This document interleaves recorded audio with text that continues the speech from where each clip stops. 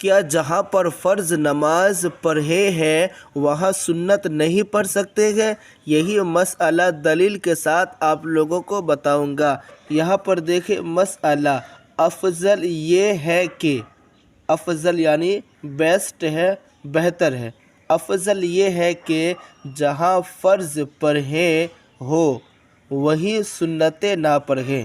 جہاں فرض پڑھے ہو وہی سنتیں نہ پڑھیں بلکہ دائیں بائیں یا آگے پیچھے ہٹ کر پڑھیں۔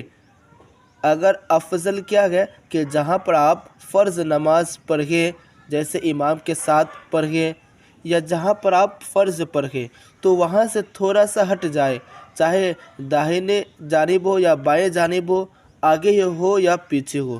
ہاں اگر جگہ نہیں ہے یا پھر آپ کو آگے پیچھے ہونے سے کسی نمازی کے آگے سے گزرنا ہے تو پھر آپ کو اجازت نہیں ہے، اس لیے کہ نمازی کے آگے سے گزرنا یہ جائز نہیں ہے۔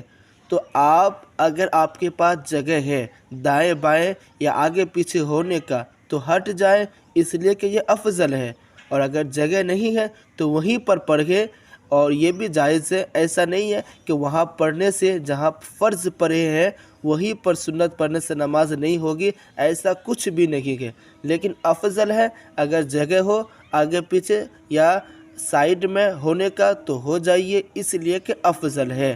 یہ دلیل دیکھیں عالمگیر در مختار، اور میں نے جو ابھی پڑھایا یہ لکھا ہوا ہے مومن کی نماز پیج نمبر 87 میں۔